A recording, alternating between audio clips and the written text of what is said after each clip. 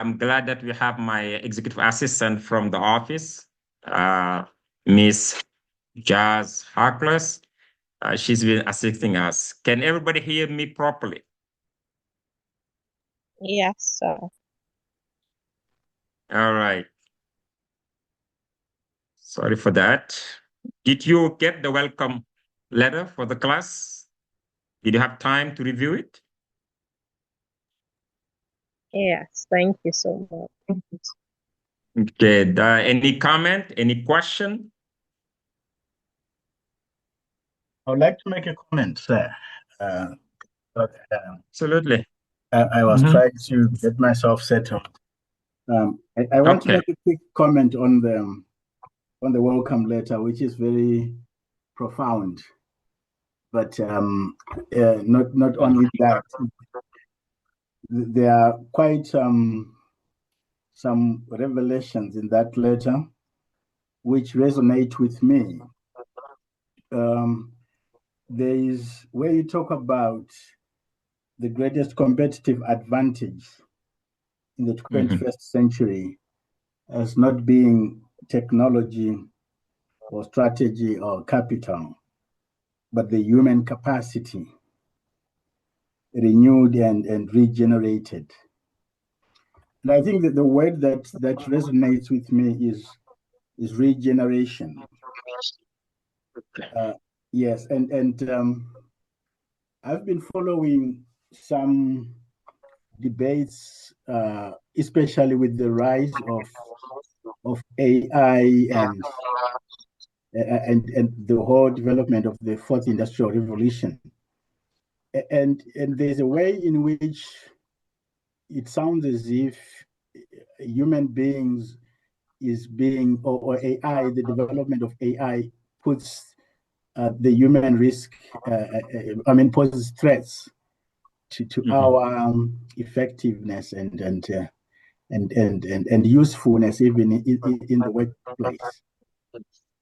It's taken as if we are not careful, it's going to replace us, and we have not, And this is where, for me, regeneration, the concept of regeneration, comes into play, because as AI and technology develops, we have to regenerate ourselves and even change our approach to leadership, move from leadership being a response or a reaction according to the familiar logic, but developing the capacity to lead from the emerging future, not to respond to what is happening, but even to be ahead of things before they happen. So this is what came to my mind as I was reflecting on the letter. Okay. Thank you, and appreciate the comment. Now, perhaps not everybody had a chance to look at it. Can you see my screen? Yes, we can see. I can see it. I can see your screen. Yeah. Thank you.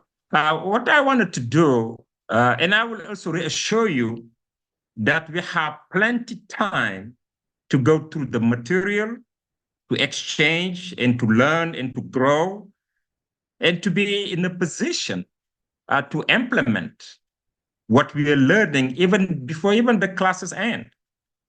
This is the third year that I'm teaching this class.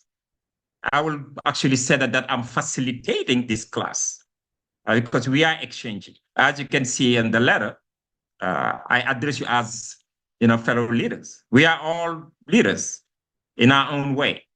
We have our own expertise, our own experiences, our own belief, our own values, and that shape truly who we are. And I just want to say that you will have enough time to digest the material, to master it, and to make it your own, and to come up with your own leadership approach, philosophy. And I'm hoping that whatever model or philosophy of leadership that you'll end up with will be yours, something that will be unique to you. No apology. You don't need to copy anyone. Of course, we need to study, to read as a scholar. But as I said it last week, there's a human like you and I, They're not smarter than us. They might have different experiences. They might just be older, like someone like me. They live in different part of the world, different value, belief system, and they're writing for themselves. Therefore, you should not shy away to challenge, deconstruct, but whatever we do it from a scholarly perspective. And what is very unique about the teaching of Osiri University is that you are considered scholarly practitioner. Most of you are already practicing some activities. You have your own field that you are already expert in your field. But at the same time, you are here to discover, to learn, and to acquire tools that will make you more effective. But again, as I said it last week, this class is not just about being an effective leader.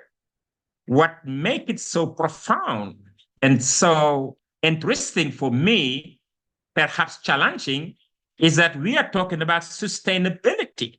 How can you become an effective leader without depleting your most valuable capital, the human capital, without your employee or the people you work with being disengaged? Just imagine 70% of people in the workplace are disengaged.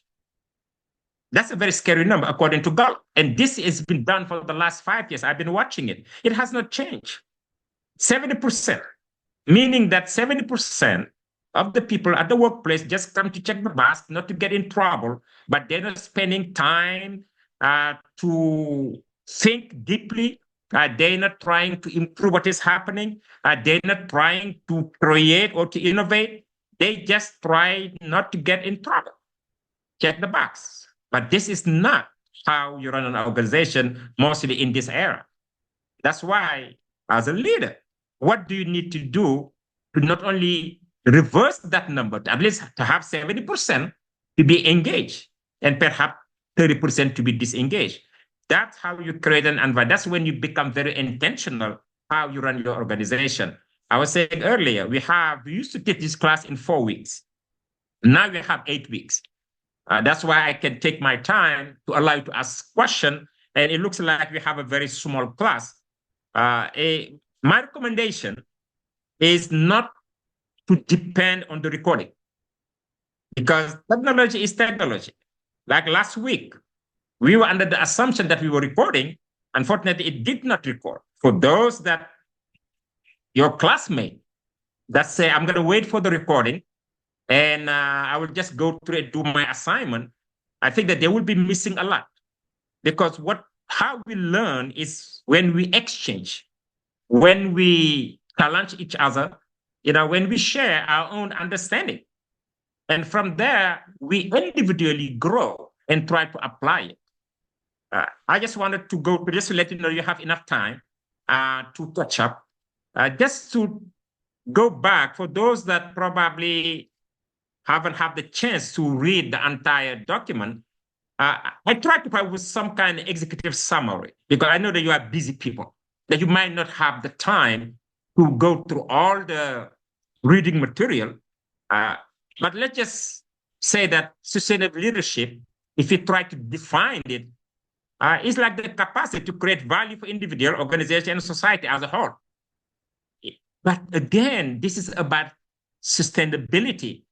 But how do you maintain it over time without depleting your most valuable resource, the human capital? And that's what we're trying to achieve here in this very challenging era, which is defined, some of us, all of us have experienced burnout, disengagement, and very short-term thinking because of the current reward system. If you are someone that's watching the stock market, which is performed on a daily basis, unfortunately, some CEOs are forced to show good numbers, profitable number in the short term. If not, they will be penalized. Therefore, the anti-strategy become a very short-term thinking, which might harm the organization in the long term. Yeah, and that's will be compared here to the traditional, the hero type leadership model that we know. Historically, the leadership has been perceived as something that's belonged to just a few of us. that are extraordinary, that are amazing people. And most of the time, they was perceived as being male, dominated, very strong, tall. That's supposed to be smarter, the strongest. That led to one of the leadership theory early on, the great man theory. Just imagine, what kind of nonsense is that? Like great men theory. And what about the great women and everything they have been achieving throughout history and today? But those theories did not last long. That's why I mentioned briefly last week that the whole anti-teaching of leadership turned around three main areas: the personality threat, which is what is the leader, what are his personality, how they are. And you will have some background noise again, because there's always, we are in an Islamic country. And for those that know the religion, we pray 5 times a day. It doesn't matter where you are, they use big speakers. And those big speakers, I hope that, can you hear me very well? Even with the background noise? Yes, sir. Can you hear me? Yes, we Okay. can. Yeah. Okay. And as we stated last time, the anti-teaching of leadership, and one of the greatest book that we all use at all levels, from the PhD to master, bachelor, is North House. And I'm sure that most of you already have access to that. And you can see in my book, is Servant Leadership Vital for Organizational Success? I cited North House a lot. Now, there is a new version that has been published in 2024, and it has been updated. But what you will see in that book and in most of the leadership books is that it seems to be very chronological. They are starting with the threat, the personality approach, which is what are the characteristics of the leader. Then they move to what we call the behavioral theory, which is how does the leader behave? And then we end up with the contingency theory, where you have the situation leader, you have the path goal leadership, you have fielders leadership model. And those pretty much focus on the situation of the followers and the context in which leadership is taking place. And then we will move to the era of what they call modern approach to leadership or contemporary leadership approach. And for that, you will find a plethora of leadership models, leadership approaches. But always ask yourself, is it truly leadership? Perhaps you will hear about visionary leadership. Now, a leader that is not doesn't have a vision can be truly called it leader. You will hear about charismatic leadership. Can we just limit leadership to charisma? Have you been led by charismatic people that are very unethical, that end up creating harm and destruction? As I said it in the introduction of my book, leaders shape our life. They affect our life, not just now, but for generation. Their decision can be life and death. Their decision affect not only life, but livelihood for years to come. Therefore, as a leader, we should be very careful about how we make decisions. Understand the impact of our decision is having not just on our immediate collaborator, but in the organization as a whole, but in the community as a whole. And again, for us that believe in Ubuntu, that I am because we are not just looking at leadership at the national level. We're looking at it from the regional, from the continental, or just as the same race, the human race, and even beyond the human race. We're looking at the environment as an integral part of who we are. If we destroy the environment, yes, they successfully with Artemis went to around the moon. They might be able soon to have station in the moon, and they might be able to depart from the moon to go to Mars. That one day, if this Earth is destroyed, some of them might have the capability to take ship to go and settle in the moon. But for most of us, this is our only place. This is the only place we will remain. Therefore, it is an absolute necessity and urgency to take care of our environment. And that's what sustainability is all about. That's what makes servant leadership as very unique. But in order to do that, you need to have a holistic approach to leadership. And I was just listing those contemporary theory to leadership. I was saying that you will see many, many, many theory and approaches and model of leadership. Feel free to into the class, prepare, even to challenge our framework. We have a syllabus. Therefore, we have a framework.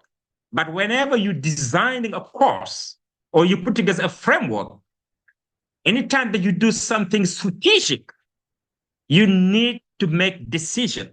And when you make decision, you have to make choices.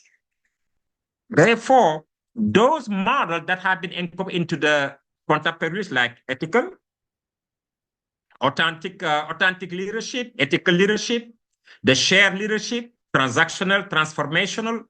And as you will know that I'm biased here, servant leadership, I see servant leadership from my perspective. And this is not based on soft or feeling or preferences. I went through a very rigorous study for almost 5 years to understand leadership and to do a quantitative analysis of the relationship. It was a correlational, the Spearman correlational, to look at the relationship between leadership style and organizational health. And when we talk about organizational health, it can be the immediate organization. It can be at the micro level, the family. It can be your community. It can be your state. It can be the world. And I'm trying to see which leadership style has the greatest, most positive impact on organizational health. And I collected data. Of course, whenever we collect data, there's limitation because the data can be corrupted. There's also delimitation, meaning that I cannot study the entire world. That means whatever, and we make assumption. And when we make assumption, as those that are doing the PhD program now, you assuming you have a hypothesis, and those hypotheses will exclude certain things. But after doing the correlational study, I find a very strong fit between leadership style and organizational health. And in all those styles, the servant leadership approach had the greatest, the most positive impact on organizational health, even superior than the one that we assumed was the most powerful leadership model, the transformational leadership. And all of those things, again, is based on my research, and you are free to challenge it. That's why we said our entire will be based as a cornerstone, the servant leadership model, try to get to that sustainability, first to the effectiveness, to be effective as a leader, and to also be able to sustain it without depleting the human capital. And in this book, or in this class, we are using a conferential framework, which is organized as central pillar will be servant leadership, which serve as the ethical and practical cornerstone for enduring leadership. Because we say not to deplete the most important element of the organization, the human capital, but also how do you keep the engagement, but how do you endure it, but how do you regenerate it? That's the challenge for us. And that's what we're trying to achieve in this class. And the only way it's going to happen is when we share ideas, when we share expertise and experiences, when we look at closely to this model, and not to be shy, to say this doesn't make sense. There are limitations to any model. I think it's Karl Popper, the German philosopher. They say when it's come to science, it is not about the refutability of the science, meaning that this is the absolute truth. It's not about that. But it is the capacity of your theory to resist to any challenges, falsification, tentative. That's what makes it a good science. If that can resist to those challenges, you have met your objective. But it is not to say that I have the absolute truth. Most of us are believers, and we do know that science does not hold the absolute truth. because science is very limited. We probably understand not even 1% of the universe. And if we do science in that area, you can here see that it is that's why every year you see new discovery. But again, we want to have a different approach to the way that leadership is being taught. And here we're trying to look at everything that might affect leadership, because leadership is multifaceted, it's emotional. Therefore, you have to bring as an area, as a discipline to understand leadership. That's why we will start with emotional intelligence, then which is about understanding our own emotion, about how they affect us and how they might affect people around us. And how do we regulate those emotions to make sure that it does not affect our behavior or our thinking, and that we do not hurt people, we do not dismiss people, we do not degrade people, we do not disrespect people, because all those things will lead to disengagement and will destroy trust. And as we stated last week, the three main pillars of leadership is having ambition. People will only follow you if you're taking them to a better destination, if you can get them to level that they cannot take themselves. And they need to appropriate that vision. That means you need to have a vision. But for people to follow you, absolutely, they must trust you. Because if they don't trust you, as I said it last week, people give you permission to lead them. If they don't trust you, they will never give you permission to lead them. Therefore, you cannot lead them. But when they trust you and you're trying to achieve something great, something difficult, something challenging, you must be able to motivate people around you, but first to motivate yourself. Therefore, in this course, we will look at emotional intelligence and how do you master emotion as data. Can somebody remind me about those primary emotions that we discussed last time? And first tell us what is an emotion. Is there anyone that can remind us, a volunteer, about emotion?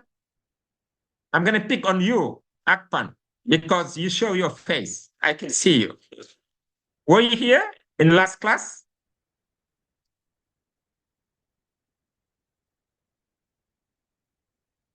You're muted. You are muted. You can unmute your mic. Okay. Yes, I was in last class, but I came in late. You came in late. Okay, yes, but I'm sure. I believe emotion deals with what we feel at a particular time. Those special psychological feelings about our environment or people or things around us.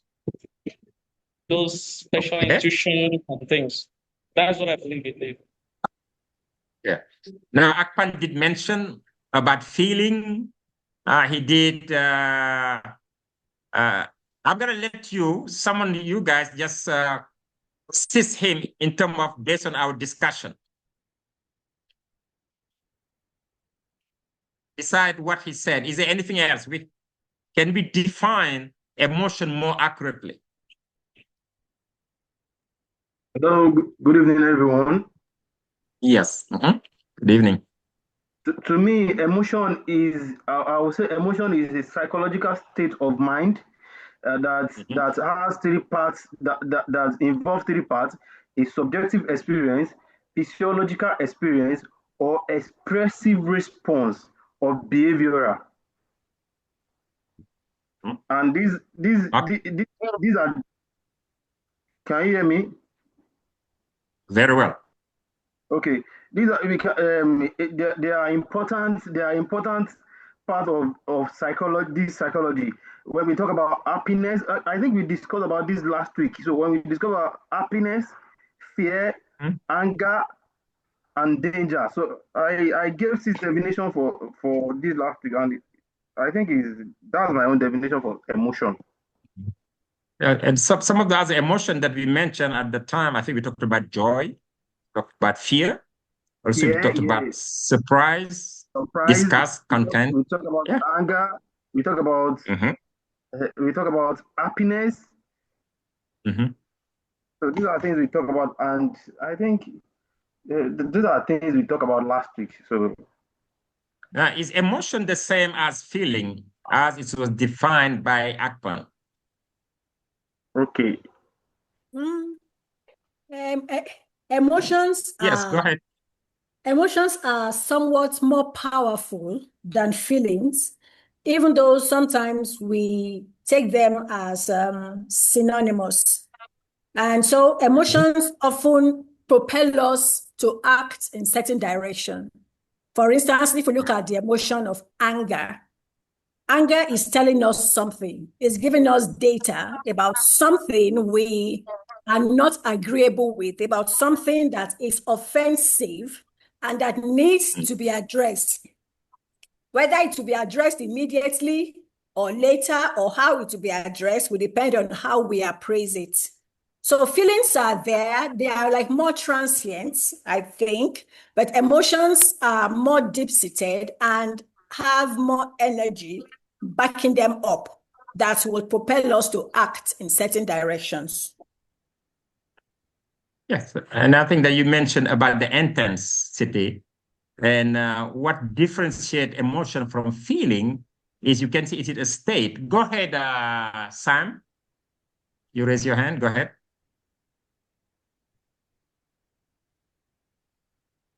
Go ahead, Sam. Obalob Olapulo? And yes, can you Yes, hear go me? ahead. Mhm. Yes. Can you hear Mhm. me? Yeah, so we Yes. talked about emotion, and it simply put that emotions means energy in motion. What Mhm. exactly is it that is running through our minds at a particular time? Is it a feeling of happiness, joy, anxiety, fear? Whatever it is that is going on in the mind at a particular time, that's what translates to emotions. And it goes ahead, it comes from the thoughts, and then it translates to our feelings, and then from Mhm. the feelings translates to our actions. So in that three quadrant, thoughts, feelings, and actions, but it all starts from the how we feel, the emotions that whatever it is that is running in our minds at a particular moment. Either it's the feeling of the thoughts of happiness, joy, fear, love, Mhm. anxiety, whatever it is at that time. So that's my input about Thank you. that. Absolutely. And I think that all you got to remember is that our emotions are very brief, they are very intense, they are very short. They will shape and affect our feeling, which might remain much, much longer. And then there are some notions that are also very close to that, passion. We say that someone is very passionate. That passion can also drive the intensity and the emotion and the feeling. And I think that's why, we always say that the key as a leader is to always be aware of your emotion and be able to monitor your emotion and to regulate them and to make sure that it positively affects people around you. That's why we already discussed emotional intelligence. And we had a long discussion last week on some of the emotional intelligence model. And we also remembered one of the most popular one that actually, can somebody remind me us about those emotion, those, we talked about two models of emotional intelligence. Hmm? Can somebody remind us about those two main models that we talked about? The one that most everybody knows is the most popular one. And we even discussed how the second model evolved over time.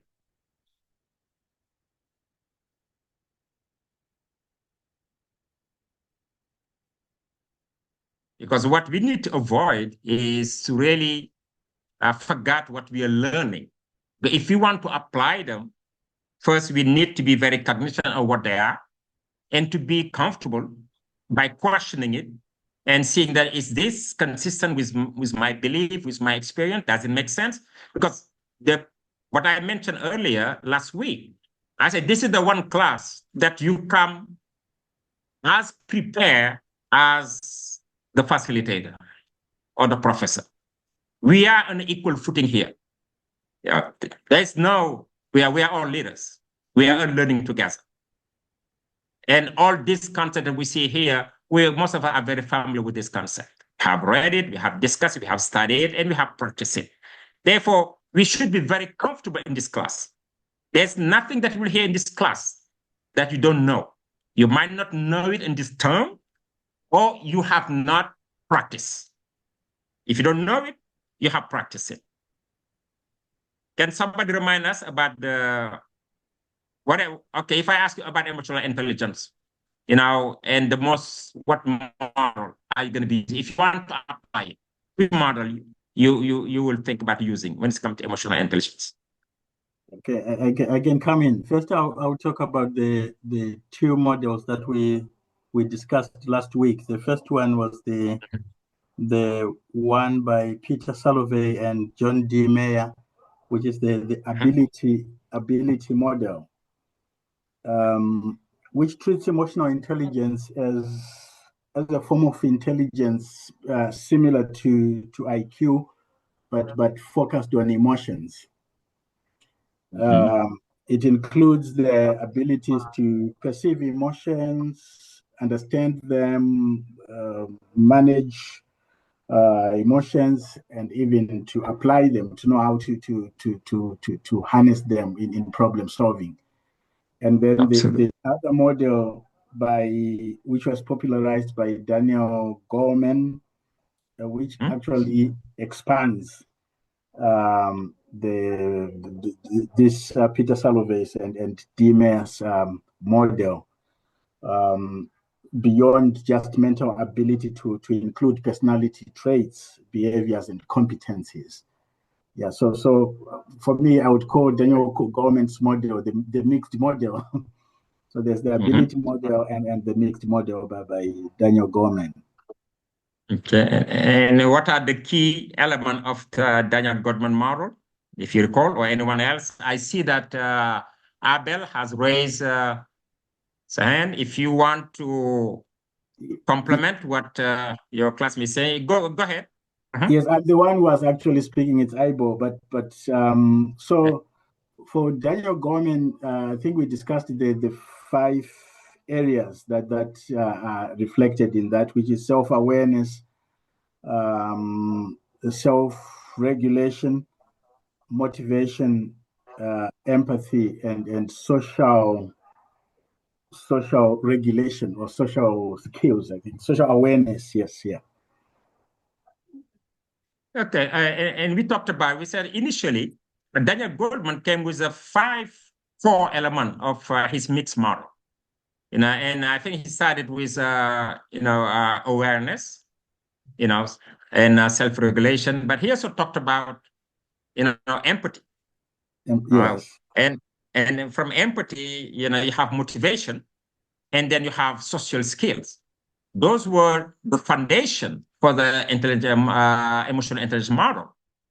And as you can see, it's a mixed model compared to the Slavic Maya model, which really is about abilities, capabilities. It is how first, how do you perceive your emotion? And why the word perception of emotion is critical, because sometimes perception is not reality. Therefore, you might perceive your emotion in the wrong way. Somebody might say something, as remember the example I used last week, that while I was speaking, somebody forgot to turn off their mic. And there was some background noise. They were talking to someone else.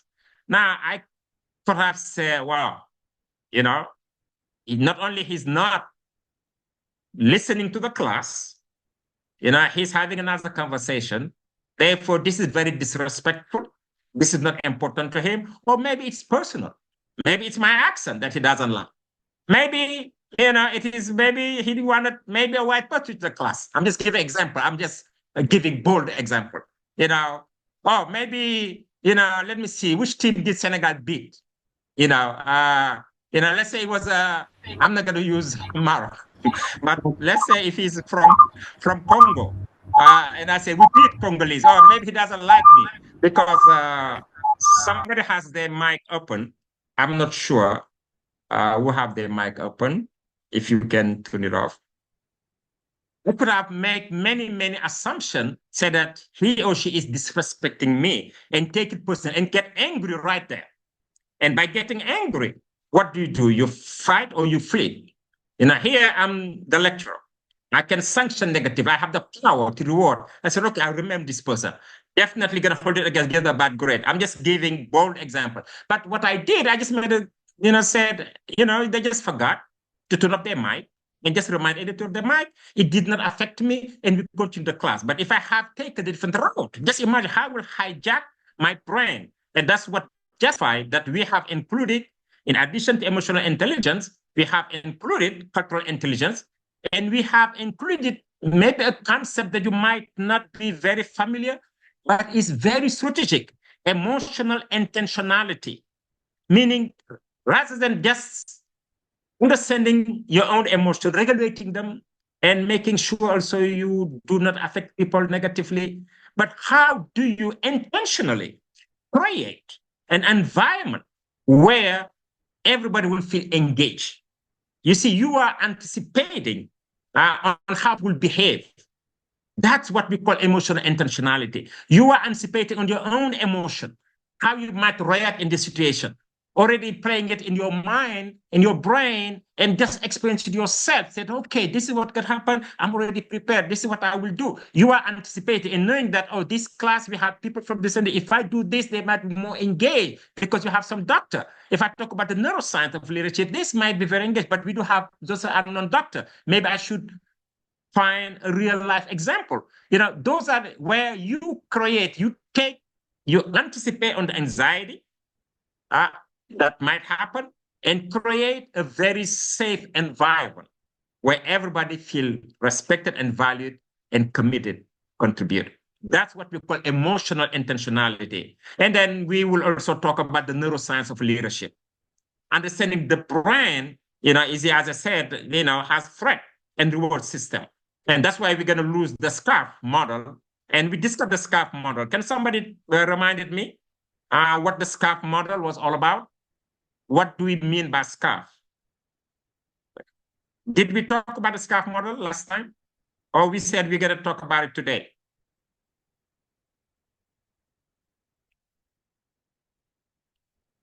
If you don't remember, perhaps we didn't talk about it. But again, I just wanted to make sure that we, I'll give you some, this is actually what we have in the letter. I was just letting you know that this is a journey, and that what is different from the way that we are approaching it is that when we look at the statistics, that people are feeling overwhelmed and at the verge of burnout, and that more than half the employees say that they would leave their organization for a leader that who simply cares about their well-being.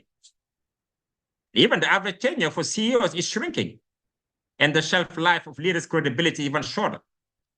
Now, we have been approaching leadership with all this training because it's a business today. Many consulting firms, based on their their revenue generation, their business model on one or two leadership model, and that's what they try to force it upon everybody. We said no. We want to give you all the different ingredients. Could be theory, could be approaches, could be model, could be other concept from different discipline. But we want to give you all of that as ingredient and make you choose which ingredient you're going to use, the amount you're going to use, and how you're going to mix it, create your own leadership philosophy. At the end of this class, I want you to feel comfortable, to see, yes, my dominant style might be transformational. However, I lean towards this, or in this case, this is how I will behave, understanding what works best in each situation. And when we talk about situation, understand two types of situation. That's why when you run into the situational model of leadership, many people think that they're talking about the context. They're talking about the secretary. That's not the case. The situational leadership model is talking about the situation of your followers. What are their level of expertise or experience? You know, that's what are their needs that understand the situation of your followers, of your collaborators, in order to better support them, in order to better train them, in order to better create an environment where they feel valued, respected, and committed. That's the situation of your followers. Now you have, and those are now part of the contingency theory. You know, at the beginning, we had the fielded model of contingency theory. There was only singular. Over time, you will hear now contingency theories in the plural, because they realize that the situational approach to leadership, the path goal approach to leadership, all those leadership are talking about the situation of the leader, and then the situation of the follower, the situation of the leader, the power, the circumstances. It's also talking about what are the challenges that they're facing, the path goal, where the leader lead the way, identify obstacles, and remove those obstacles to allow the follower to walk and to get to their destination in one piece. And again, keep in mind that we are doing this to allow you to see that as a holistic approach, the way that we are doing. And once you understand it, you can go through all the material and putting it into context. That's why I insist that we always go through this. But again, what you need to remember in this is to understand that sustainable leadership is about leadership that does not deplete the human capital, a leadership that can last, that can endure, but at least they can regenerate after you're gone. And that's why I think that this is a journey. And in the end, I believe that you'll be more capable, you'll be more confident, and you'll be more committed to leading in a way that matters. That's the key. And as I said, you have to give permission to lead differently. There's nothing wrong, to have your own unique style. And if you look at people around you, all the great leaders we always mention, it doesn't matter. You can go to ancient, biblical. They'll have their own style, right? They're modern leaders.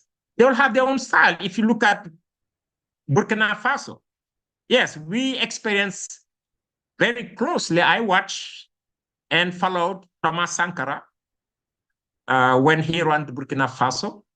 I see a lot of similarity with Ibrahim Traore, but there are also some differences. We cannot say, some will say, oh, it's Sankara 2.0. I said, no. This was Thomas Sankara, and now it's Ibrahim Traore. They might have the same goals, objective. They might actually be shaped with the same value system and maybe the same belief system.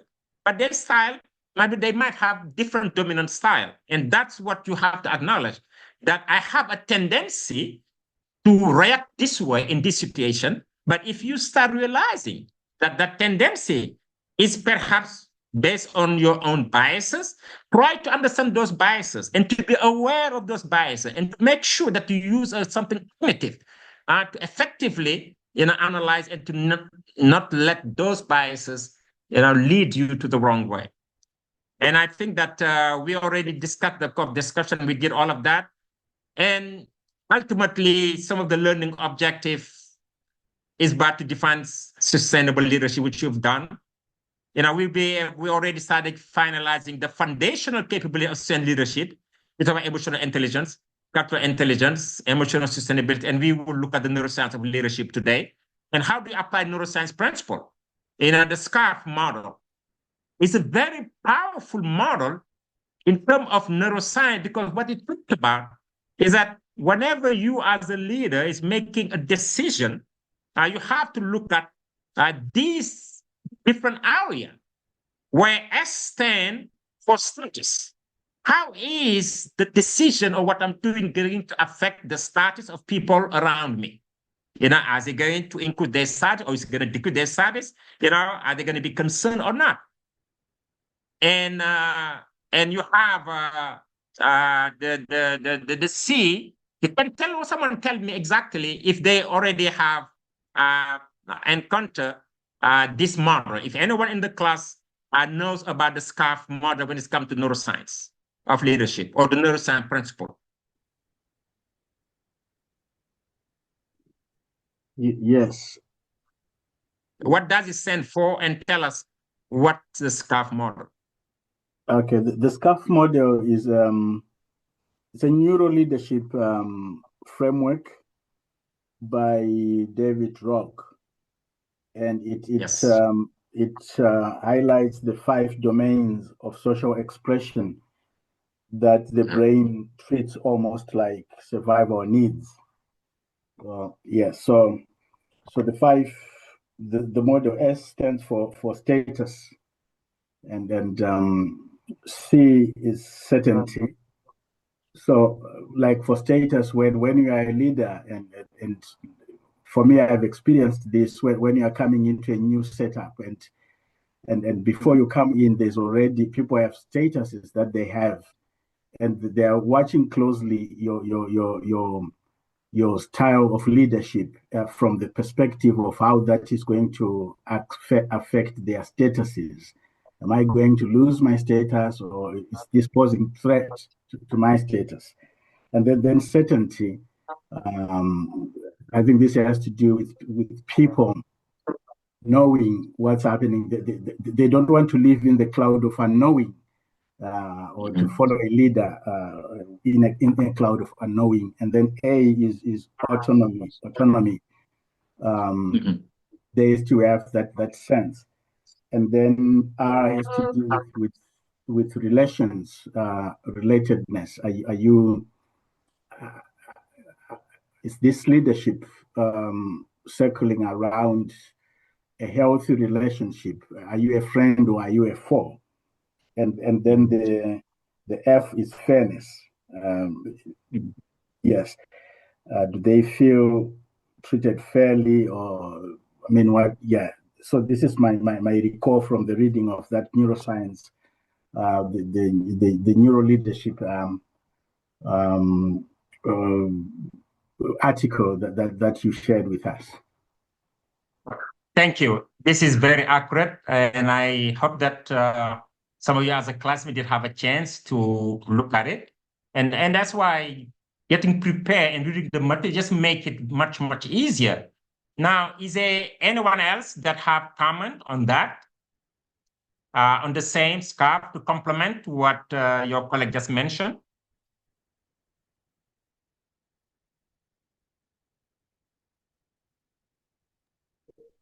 He's absolutely correct. He has said it all.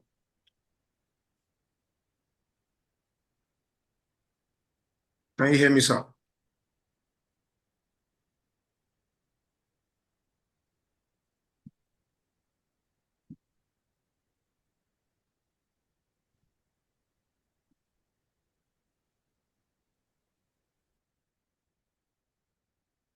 Go ahead. Yes, go ahead. Go ahead. I mean, Is there anyone else? I said he's absolutely correct. He has said everything correctly. Okay. All right. And as you can see, I will add this to your reading list. But what I would like to do is that the reason I don't want to give you all the reading, I want you to look at the topic, to research it, and come to the class with additional information. And that's what will enrich the class, is that when we are talking about a topic, you go and you research it, and you come challenging, what is being said. And to make this discussion, as I said, we are peer here. We are all scholars and we are all practitioners. And it is always very healthy to have this kind of conversation.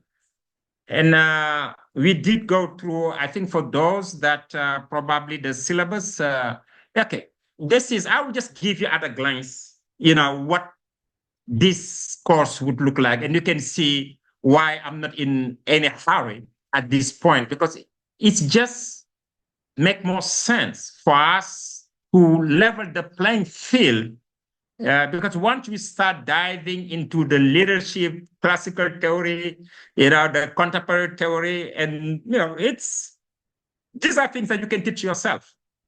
You can go online.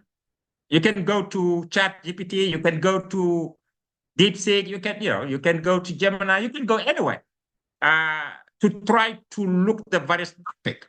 What makes sense is when in some area there's some confusion.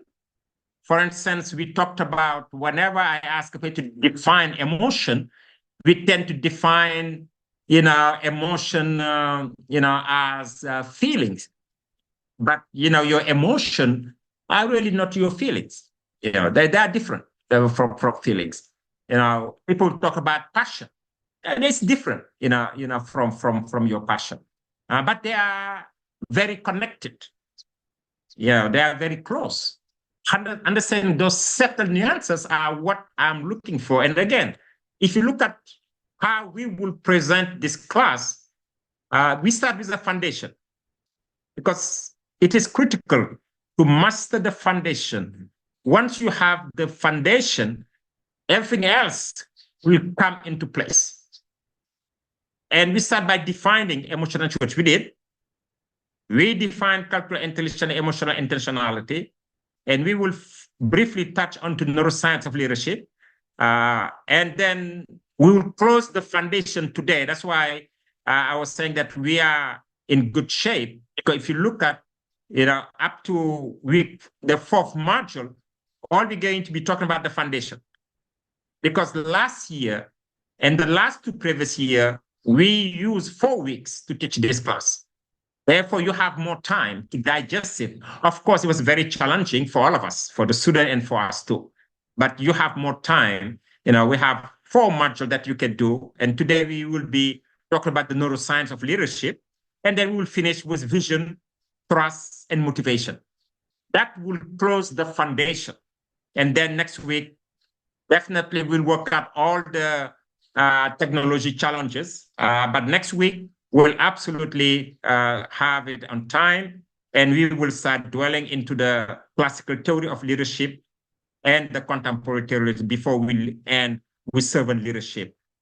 And in the end, all we're going to have for all of us, a sustainable leadership in practice. What's your personal philosophy? And actually, I am contemplating making this to be your final assignment, where, in the end, we just ask you, to select based on all the model, theory, and approach that you've read, try to come up with your own leadership, personal leadership philosophy, where you pick certain leadership. It's like your ingredient. How are you going to cook your leadership? How are you going to make your leadership drink? What you want to put in it? And then you explain for those ingredients. You can say that, yes, I think that the behavior aspect leadership is something I would like to integrate, but there's a different model on that, or the contingency approach to leadership. Or I want also include some of the contemporary approach, the ethical, the authentic. But you have to select your own ingredient. You describe them, you explain the rationale why you selected them, and then you mix them. And you can get into what will become the pillar. Like in my model, I'm using servant leadership as the cornerstone, as the engine, as the central tenet of my holistic approach to leadership, my unifying framework to leadership. And that's what I have in my book. I had to come up with what I call this unified framework based on my own understanding, because I couldn't find that at the time where you really have a framework where you can pick from different, but tells you how you put them together. And there's one thing also you will see in the book. And the reason I wrote the book, because there was certain thing that I saw missing in most of the leadership book. The first one is that most of the leadership book that we use academically are too long. 400, 600 pages or 300, it's too much. Then you have a list of all the leadership in a chronological way. You can read it, and then you'll say, so what? You have read all this, but so what? How are you going to apply it? Because I remember in my previous training and class, students will ask me, Now, how do I practice it? And I was unable to answer that question because I was never given that tool. I know that I can understand all the leaders, how they work and what they mean, but to clearly see how I will apply it, because nobody told me that, yes, if you feel authentic leadership is very profound, how do I become an authentic leader? And in my book, Servant Leadership is so vital. I'm not promoting the book. That's not, as I said, you guys have it for free. I'm not here to sell it to you. I'm just telling you the rationale behind it. And hopefully you are going through the same challenge in some area. And my advice to you, if you see that there's a gap, there's a need, and no one addressing it, take it upon yourself and I will take care of it. I was frustrated because the books were too long. Secondly, I was frustrated because nobody was telling me how to become a transformation leader. What step do I need to follow? I didn't know. And thirdly, I look at all these leadership models that are very effective, but nobody's telling me how do I combine them. And I said to myself, why not try, And I with a lot of humility because I was a scholar researching. I practiced it. I said, let me use my experience. Let me use my reading. And that's why in the book, it's less than 100 pages. That was the first challenge. Book was too long. We don't have time. And what was missing, how do you become an authentic leader? I tried to give you steps on how to become an authentic leader. That's, how to become an authentic leader. You'll see various steps where I define leadership, authentic leadership. I give you the tenet. I tell you how it's evolved. And I tell you also, how to become authentic. What do you need to do? In the journaling, the 360 days. I give you some tips that you can pick and choose. And I try to do that for those three pillars of the servant leadership, which is authentic leadership, ethical leadership, and shared leadership. Because for everything else, you can use a textbook that clearly tells you everything about the classical theory. But when it's come to the contemporary theory, we have not have clear step and how to become, and sometimes even those models are being challenged because some scholars don't believe in those models. You'll see a lot of critics of the servant leadership model, that's not an effective model. But I was able to effectively merge your servant leadership in an organization in the United States. And that was one of the reasons I went to my research. Because they said that this is just a normative approach to leadership. It has not been demonstrated in practice. That's why I collected data and was able to show a very strong correlation. And that's what I invite you to do. If something is missing, take it upon yourself. Say that, you know what? Let me see how we apply this in an African context or in my country, because we have different belief, different value system for reality. Let me test it and then publish it. That's why you have the book. But again, here you can see, the structure at a glance. It's very easy, the foundation. After the foundation, we go to the classical approach. From the classical, we move to the contemporary. And then with a focus on servant leadership. And in the end, we have an integration. Now, why I said that I'm leaning towards giving you this as your final assignment, we also have an assignment that we've been using, which has been also very effective for students, is pick a leader that you know personally and relay all these various leadership theory, approach, and model that you've studied. Look at the leader through the lens of this leadership approach. Tell us what you think was the dominant leadership style of that leader, and use that to explain how that leader has been very effective. That also is another way to demonstrate what you have mastered the material. But we'll discuss it and we'll exchange and to see which direction that we want to go. Any questions so far for Yes, this? If not,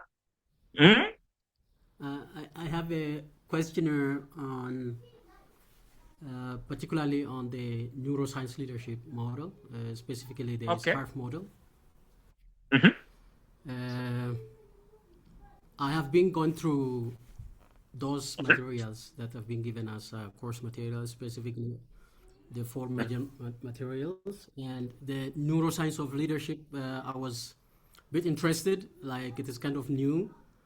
When I went through it, it's quite fascinating, seeing how brain functions in terms of when, as a leader, you make decisions and whatever.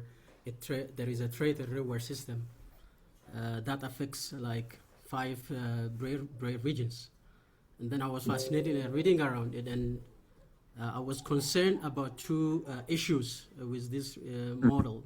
I'm questioning this because you also mentioned that due to the weakness of those kinds of model, you went into the research and whatever. So if you have any experience of addressing those questions I'm going to raise, I'm going to benefit from it. First is this theory is new, and it's mostly dependent on few sources like Harvard's Business Review, and few contexts it used as a basis of creating that model. And there is few attempts in terms of reviewing peer-reviewed journals and the development of the model. So that shortcoming is there, and it affects transition from model to practice. So I was thinking of how I'm going to apply and try to integrate into the leadership model we are trying to integrate, like the 4 model framework, and the fidelity of using it in practice is a little bit concern for me. I don't know if others also look at that way. The second is it is cross-cultural dimension. That theory is mostly about individualistic kind of thinking and world. Is there any cross-cultural testing of this model? Because it talks about individual psychological point of view, because psychologists mostly talk about the universal model of human behavior. So in terms of cross-cultural contexts, such as Africa, where there is individual autonomy, status, whatever that is mentioned in the SCARF model, it may be different from the Western world. So there are these questions that come to my mind when I go through it, and I try to, when we apply, there are 2 cautions that went into my mind. So what do you think about it in your research and in your book? Is there any experience that you can share? Thank you. Thank you for your comment. And I think that's the whole idea of this approach. Remember, we are talking about sustainable leadership. We are not just talking about leadership, which is just describe all the leadership model or theory. We are not just talking about effective leadership, but we are talking about how do we sustain it over time. And I think that what you have to remember is the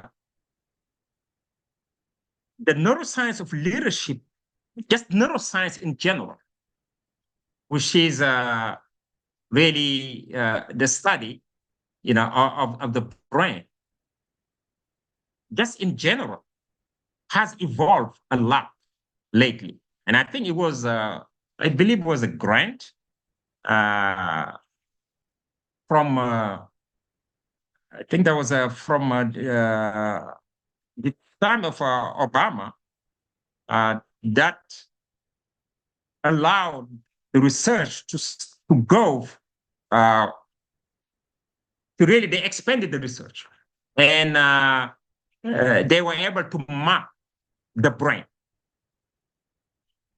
And by doing so, they also were able to see that, the early approach to leadership, to neuroscience, as I believe these 3 independent static layers, where, you have the basic animal layers, the emotional, the limbic, and the precortex, those 2 layers that are independent. They have demonstrated that it's not the case. They are integrated, and they always been probably created at the same time. For us that believe we might not have a problem with that, because we know that for whatever name you call it, is the greatest architect, but has planned everything. That our human being, the way that we are designed cannot be comprehended by the human brain. But the way that our brains operate is very unique. And there has been scientifically tested some proof that physical pain, and the way they test it is by putting someone, into the machine and try to put some physical pain and put them in a situation and see which part of the brain light up. And they were able to see that. And at the same time, they compare it when it's come to emotion. When they poke into certain thing, put certain area, they see the same part of the brain that were lighted when you were scared or you have physical pain.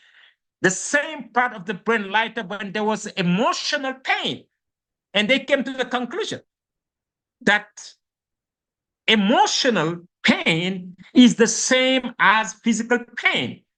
And that when you insult somebody, when you degrade them, they have the same pain, like if you have shot somebody or, stabbed them, that's the same exact pain. And therefore, it is important for us to look at it the same way. Okay, if you see that if I'm going to shoot, well, let's say if you're going to stab somebody, you see, you will be very hesitant because you see the blood and you know that this is hurting. It is messy. But if you're starting to compensate, now if I insult somebody or I enter somebody's culture through ethnocentrism, through my own biases, if I do that, it is the same exact pain that if I have shoot them or have stabbed them. You're going to think twice about that. The point I'm making is that science, right now, yes, it has been done in a context, in the Western context, and it is critical that we apply those into our own environment. But I'm just talking about from a scientific approach. It has been shown that this work, that when you get angry, when you are upset, or when you are happy, joy, or when you feel sad, there's certain area of your brain that are being used. And the question becomes, now what do we need to do to make sure that all the time we target the part of the brain that make us happy, that provide us joy, that allow us to keep all our brain capability? Because the question of neuroscience is basically, keep in mind that your brain always will affect the way you think, how you feel. And how you feel will definitely shape, affect your behavior. And your behavior will define the kind of relationship that you're building. But ultimately, your result is based on the relationship that you are building. But as a leader, you're always surrounded with people. And can you see my, just to see if I can answer, can you see my screen? Yes, yes. Okay, you see, what neuroscience is teaching us is that if there's any doctor or somebody in psychiatry in the class, that the amygdala is the input part of our brain. This is where we react. And when that part is activated, what do? You fight, you flee, or you withdraw. And you can call it the impulse part of who we are. That's when we start yelling. We get angry. We get frustrated. We display this content, dismay. That's part of the brain. And when you get angry as a leader, what do? Just imagine you start screaming at your staff because, let's just say, yes, what is happening right now in the Gulf War? You have done your focus, before the year. You even had your worst case scenario.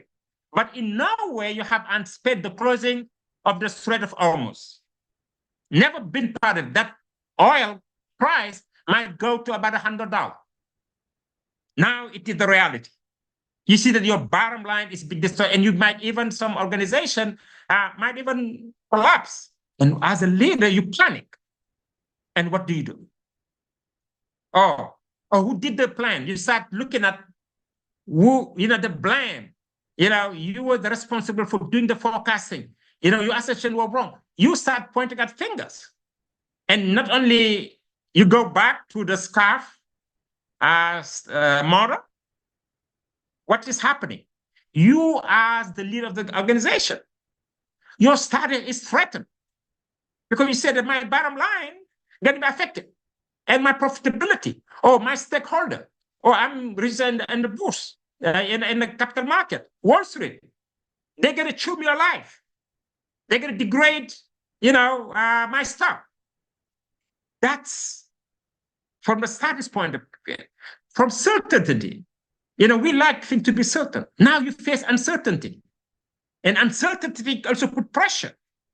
You see that amygdala is actually reacting. Then you go to the autonomous. Oh, you get upset because I did not make the decision to go to war. Somebody made the decision to go to war. The fight is not affecting me. It's not in your hand. You have no control. That's being autonomous. Relentless. The same way you were related to people. Now you are insecure. Now you are uncertain. You feel fragilized. You having doubt that people will look at me different because of, if we lose market share and if we are not profitable. Then the last element of the scarf model, it's about fairness. Yes, you'll be pissed. You'll be upset because that's not fair. Why do I have to deal with this? This is not my doing. Now, what it's saying to us, the neuroscience, is why not just breathe? Take the time. Say, wait a minute. Try to reflect. Why do I have to put any blame on anybody? Nobody could have foreseen this situation. This is nobody's fault. But guess what? I have a team. They are smart. They can innovate. They are determined. They are committed. They are resilient. You know what, guys? We have a challenge, guys. But I know that we have the resources to adjust, to adapt, to be flexible, because we are nimble. And guess what? It need be, we will pivot, take a new direction. We have the capability. Just imagine, rather than coming and blaming, but you are empowering yourself and people around you. You are switching from the amygdala impulse to the precortex, which is, the cognitive aspect of your brain, where you embrace it.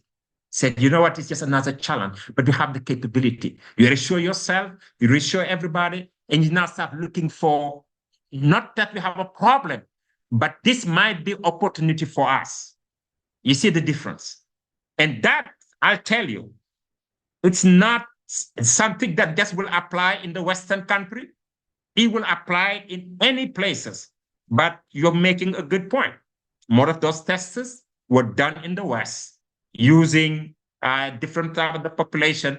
And as you can, when you look at the cultural, some culture, tend to be more tolerant than risk. Some are risk averse.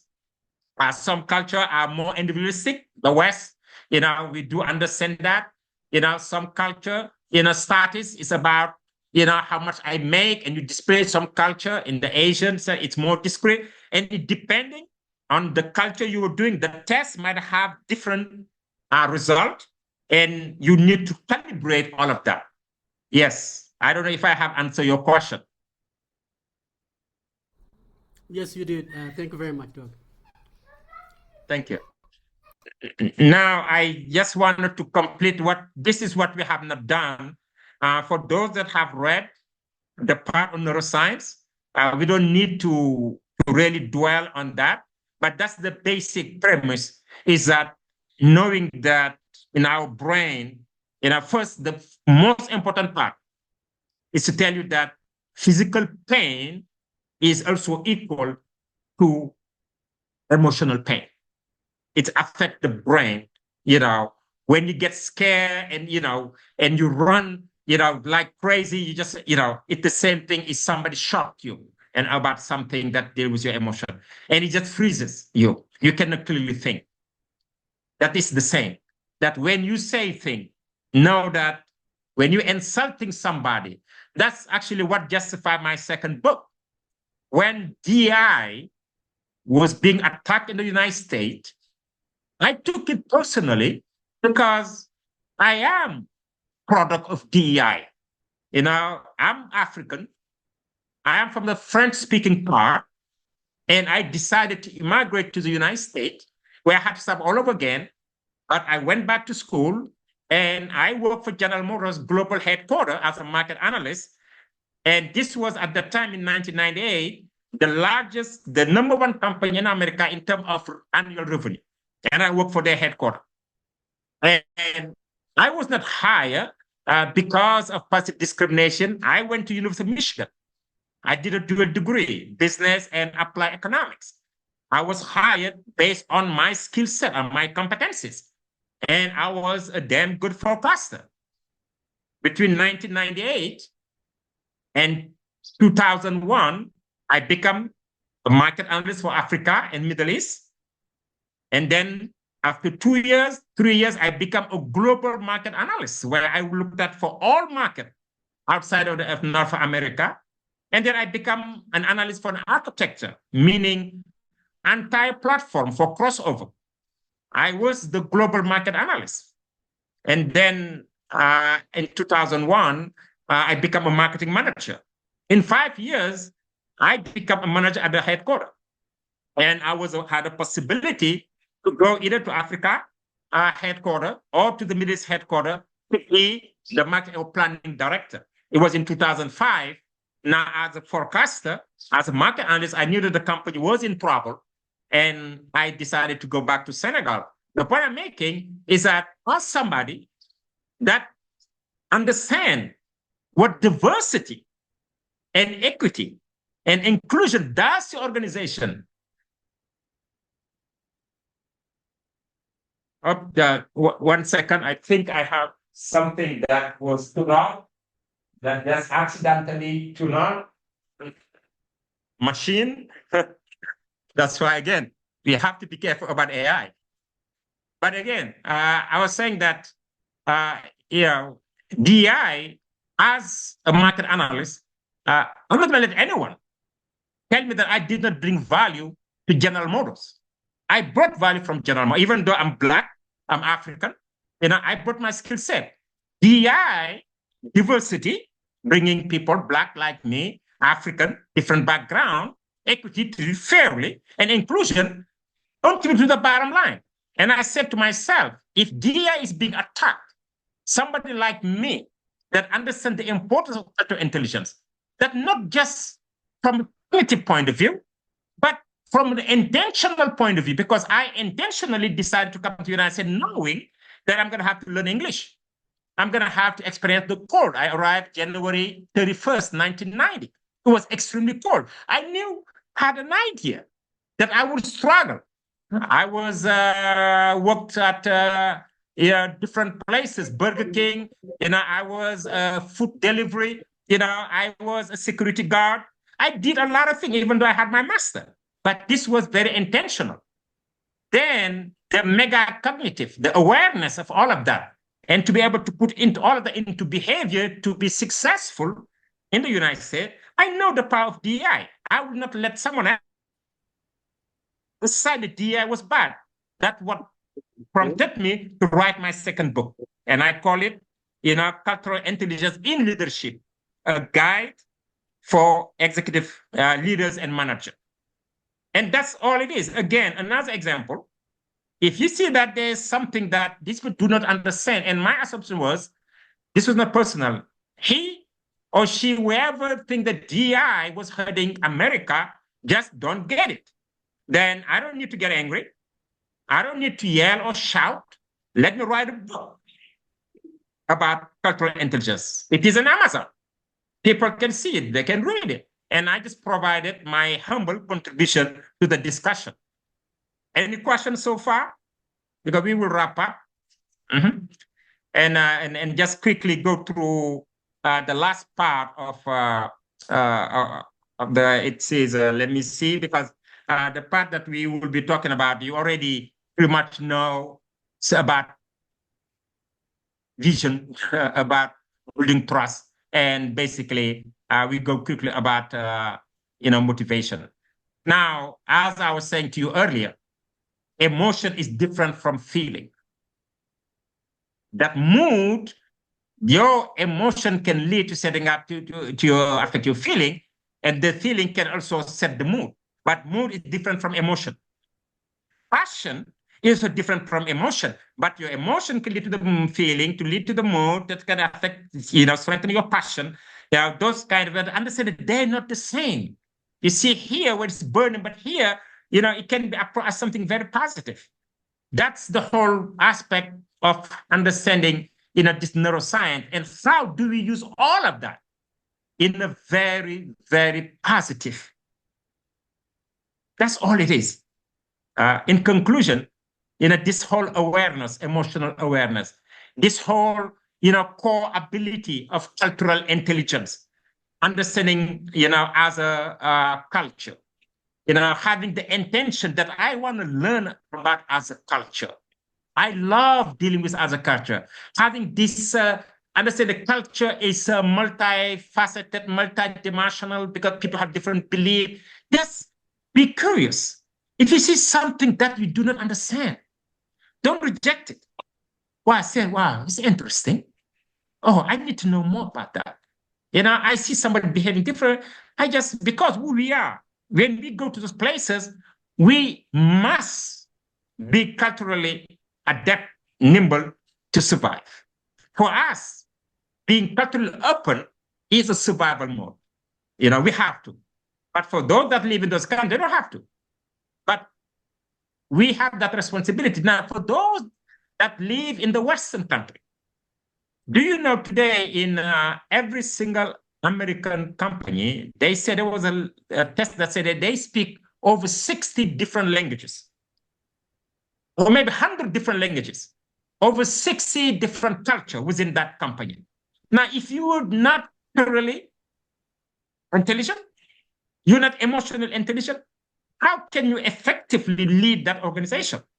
Any manager, any executive in any Western country that is not emotionally intelligent, cannot succeed as an effective, before even we talk about being a sustainable leader. That's why we thought that bringing this to the discussion is critical, but you have to keep reading, keep trying to understand it. And I like the question that was raised by your colleague, that this test has been developed in the Western world. I hope that we can start doing all of that in our own countries. But the good news is if you go, I'm talking about the US, in any major American university, you will find major lecturer professors that are African. You find a student performer that are African.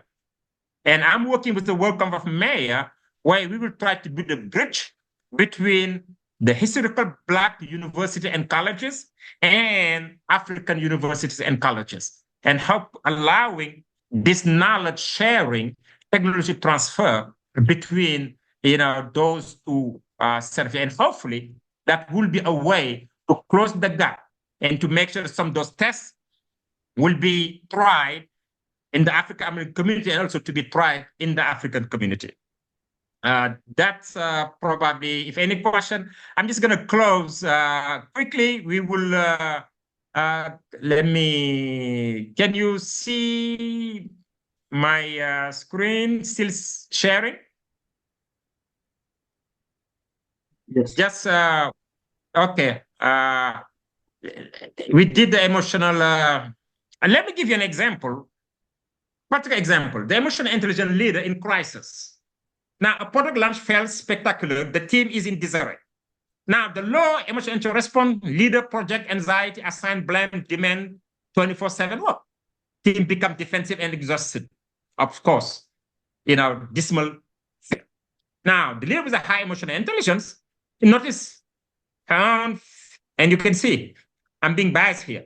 Women tend to have higher emotional intelligence. I put her on physical arousal, takes 10 minutes to regulate, then address the team with transparency. I feel the pressure. Here is what I know. We have solved hard problems before. Let's gather data without blame for 48 hours, then problem solved together. You see the team feels safe and, seen, safe, and motivated. That's, I'm not going to talk about that. I'm just going to go to the, this is something that I just wanted it's a concept that great leaders, what transit them with others? They always create experience of hope. Doesn't matter. You go to biblical, the prophets, wherever, the spiritual leader, organizational leader, they always bring hope, but with compassion and mindfulness. And when we say mindfulness, being aware of everything, that's self-awareness. What do? They inspired us through hope and vision. They spread compassion through empathy and caring. They are mindful about the body, mind, heart, and soul, spirit. They inspire others by creating and maintaining a resonant relationship.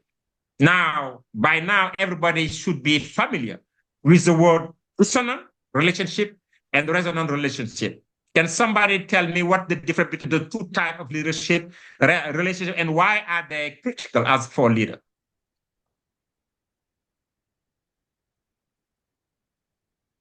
Somebody has not spoken today. We have a doctor, Dr. Michael Obasi. I'll pick on you because you are the doctor.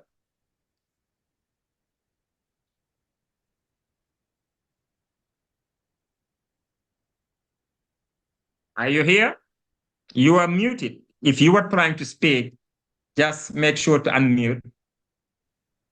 If not anyone else that want to tell us what the difference between and the importance of creating and avoiding dissonant relationship and creating and maintaining resonant relationships.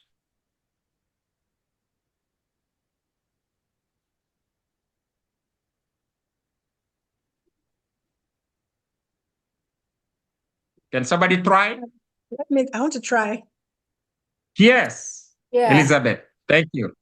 And so resonant relationship, between the leader or the mentor and the mentee is that type of relationship that is built more on compassion, where the leader tries to understand the basic needs, desires, goals, or aspiration of the mentee.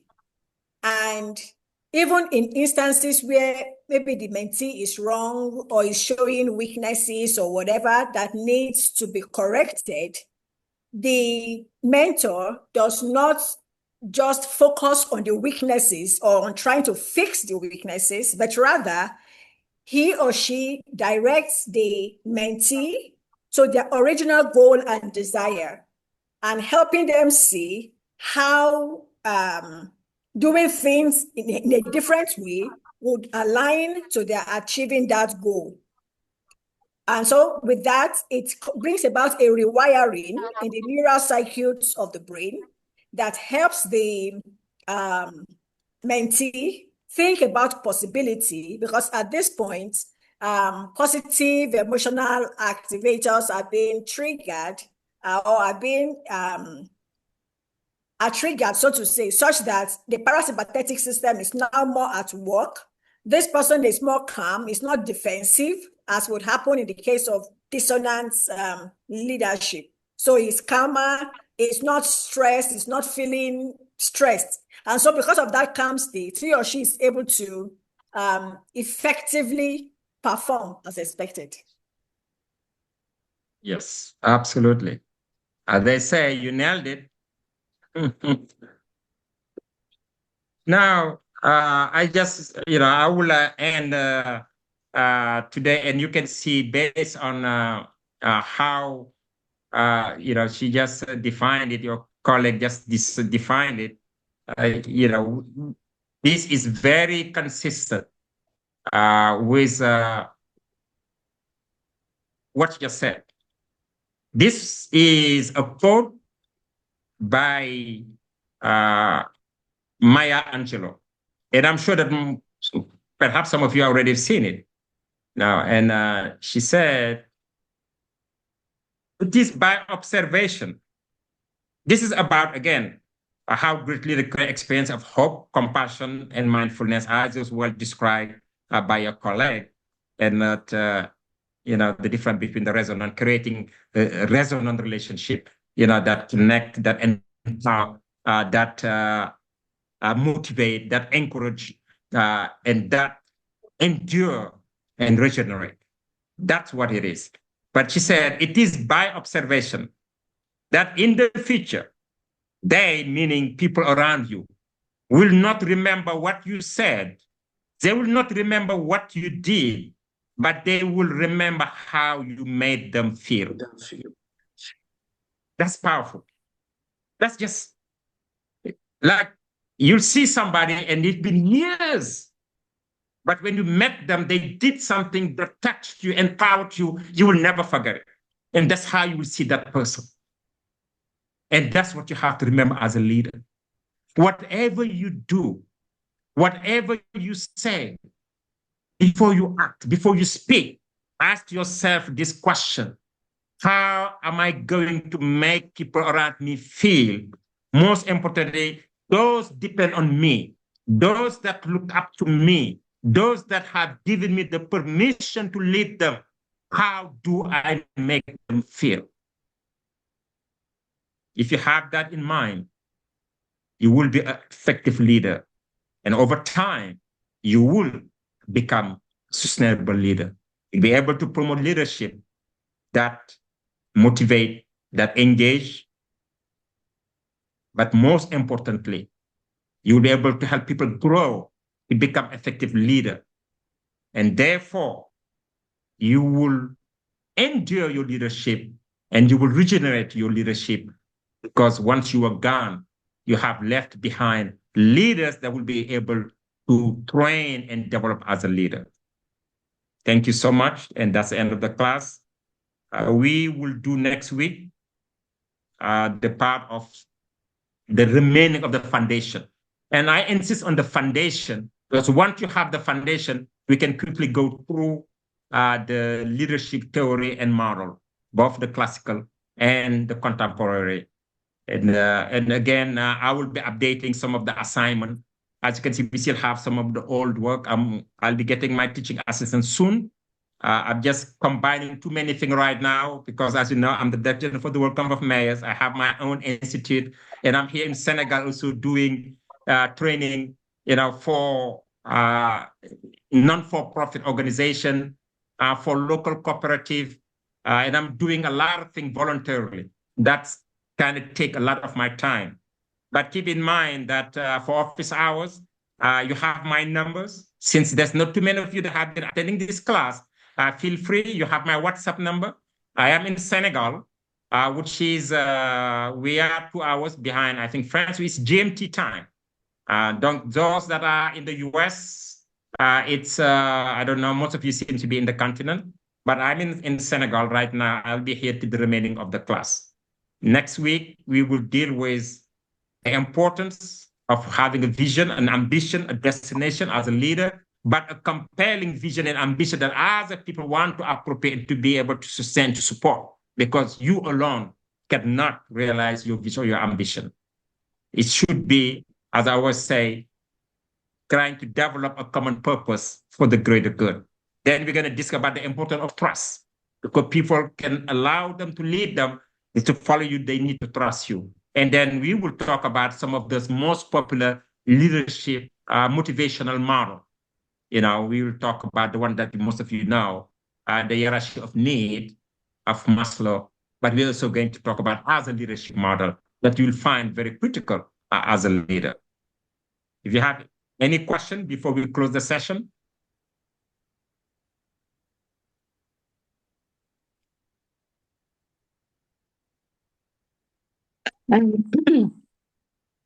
Good day, Dr. Mbegwe. My name is Kenny. I just joined.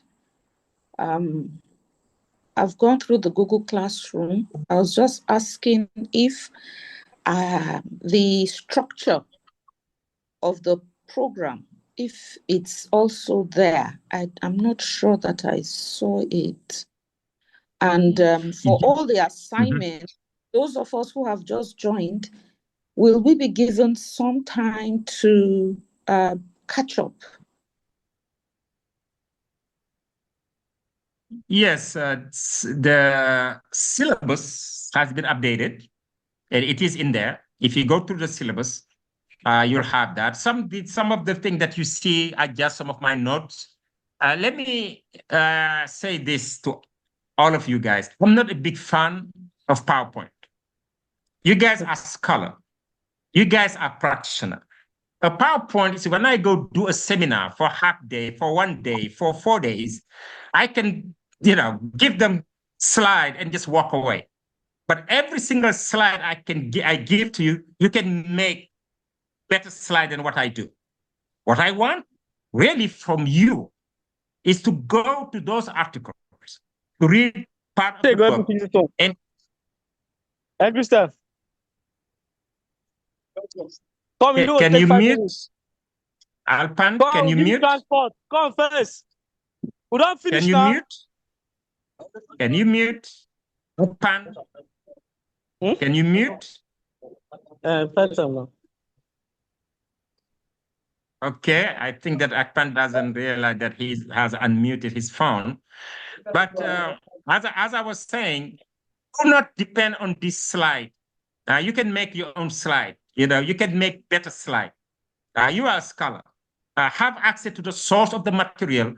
As I said, one of my main goal and aspiration is at the end of this class that you have your own leadership philosophy, that you can this class together, that you can share it with other people, not just replicate my slide. Does it make sense? But I already provided the syllabus. You have that, and I always, exchange on the structure of the class, and there will be. You have the recording. We'll be sharing the recording definitely. And for the last class, I did not record, but we have the summary, and I will be sharing that. Thank you very much. I thank you. Any other question, suggestion, complaint? I will be on time next time. I'll try to connect at least 1 hour before the class. And again, thank you so much. And you have a great rest of your day where you are. Bye. Bye now. Thank you. Thank you. sir. Bye.